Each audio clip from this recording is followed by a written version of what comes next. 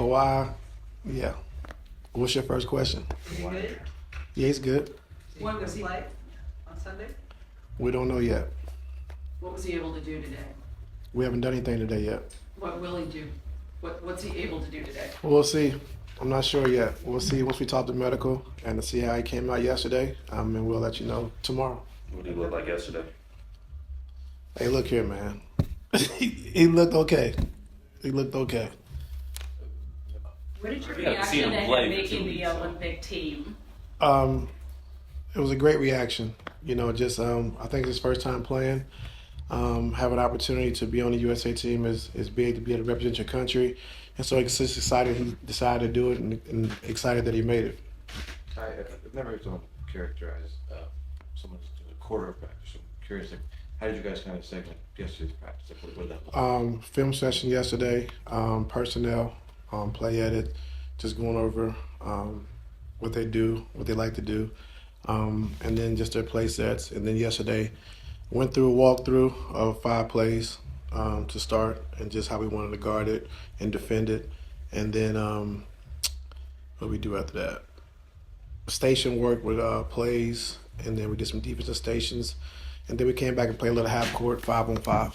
Was he able to participate in any of that at all? No 5-on-5, no. And then, as you prepare for this, is there any part of your game planning that's preparing for not having Kawhi on the court starting the playoffs? No, I'm preparing for him to have him on the court. Do you feel, given the roster and expectations, do you feel more pressure going into these playoffs? No, I don't feel pressure. Coach, when it comes to defending Luka, and when you guys blitz, you guys fire, you guys trap, all that good stuff, how much does his size factor into the second defender that you guys want to throw in? Because I'm watching some of the film, and they're running second defenders. I was watching against Chicago. They threw Caruso at him. He's seeing right over Caruso, skipping into the opposite side. So So my question is, how much you guys factor in throwing that second defender, having some length to where he's not just seeing over smaller guys and finding his open teammates like Hardaway and those guys? Yeah, I mean, he's 6'8", and he's a hell of a passer, you know, so you got to pick your poison. I think you got to just give him different looks to try to keep him off balance. But he's too great to give him a steady diet, you know, the same thing over and over again. And so you got to mix up your coverages. You got to do different things to try to keep him off balance. As you kind of look at, I know we talked a little bit yesterday about how Kyrie likes to do a lot off the dribble, especially kind of splitting when you guys try to trap him. The other guys, they try to get involved. We know it's easier said than done. It's either Luka, like the other guys, but what is the difficulty in making sure that only one guy, as much as you can, is burning you, as opposed to an entire team? He's cooking and you can't get other guys involved. Yeah, I mean, they're a tough team. You know, when Luka has 40, 15, and 8 or 9, you know, so we know he's going to score the basketball. He's that good. He's going to get enough attempts to score the basketball. So we just can't let him get 40, 15, and 8, you know. Like, if he gets 40 and 5 or 40 and 4, like, you know, that's a different team. So now guys are not getting open threes, guys are not getting shots. And so you just got to kind of pick your poison, kind of see how the night's going, see what he has going that night, and then kind of take it from there. But if he has those 40-point games, but he's having 15 or 16 assists, you're in for a long night.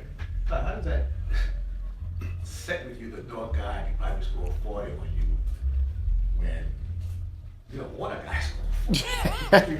But you know, with him, that can happen. Yeah. How do you mentally deal with that? Like, you just got to make him work. You know, he's going to make some tough shots. We just can't give him the easy shots. We can't let him get to the free throw line and get free throws. Make him make field goals instead of free throws. But he's going to score he's the leading scorer in the league this year, right? Yeah, I mean, so he's going to score 32. That's just given. In the playoffs, we know he takes it to another level, so you would say, 36, 37. So you can't let it deflate you. You know, I think we all know he's going to make tough step backs. He's going to make crazy shots.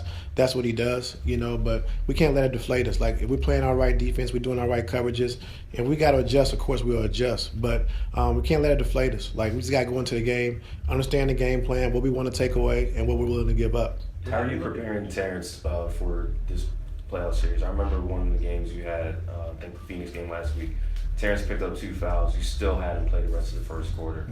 And, you know, he gets amped for matchups where he gets to guard Luka and stuff like that. Like, how are you getting him ready for the first time he's starting in the playoff series?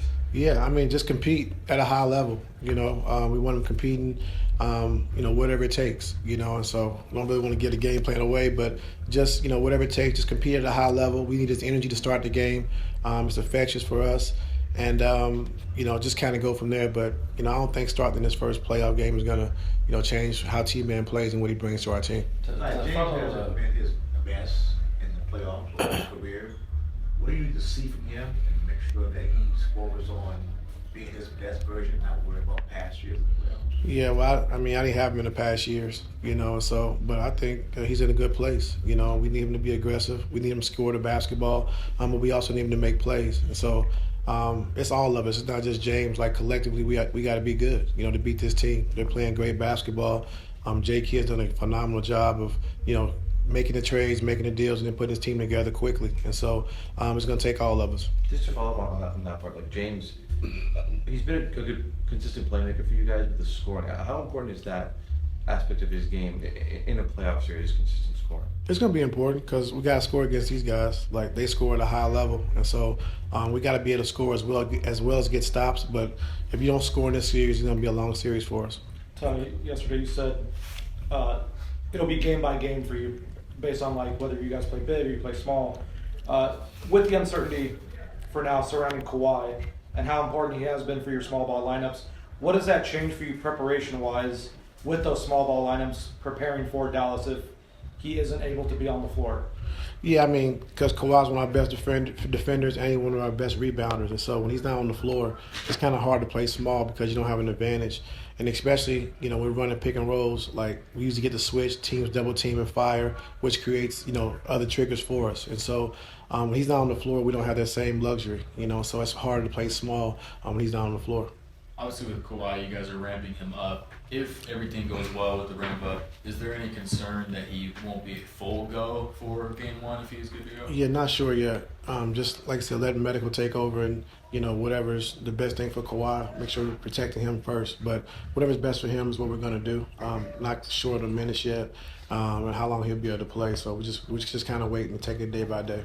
So he's playing. Last one. We're taking it day by day. And Coach, Coach, we focus so much on Luka and Kyrie offensively. I'm just curious, defensively, you guys gonna keep them engaged and not allow them to rest on defense? We're gonna allow them to rest. No. Yes. Yes. Ball movement, body movement to keep them engaged where they're really not resting on defense. I'm watching them, they're not really guarding too many people. Yeah. So is that something that you're willing to do and going into the series? Yes, sir. Okay. Yeah. Thanks. Thank you. Hold up. You got something? Oh, man, question. Okay. I was gonna follow up his question about the Luka explosions. You guys are 3-2 against him when he scores 40 or more. Mm-hmm. Is there a certain ability that you can live with some of these explosions?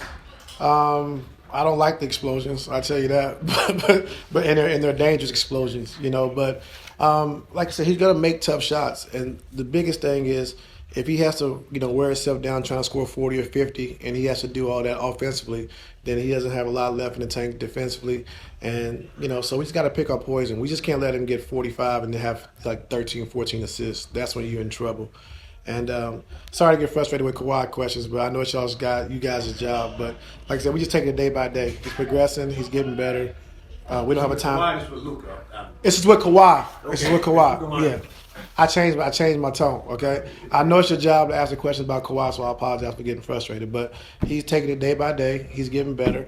And we'll see how much he continues to progress. Thank you. Have a good day.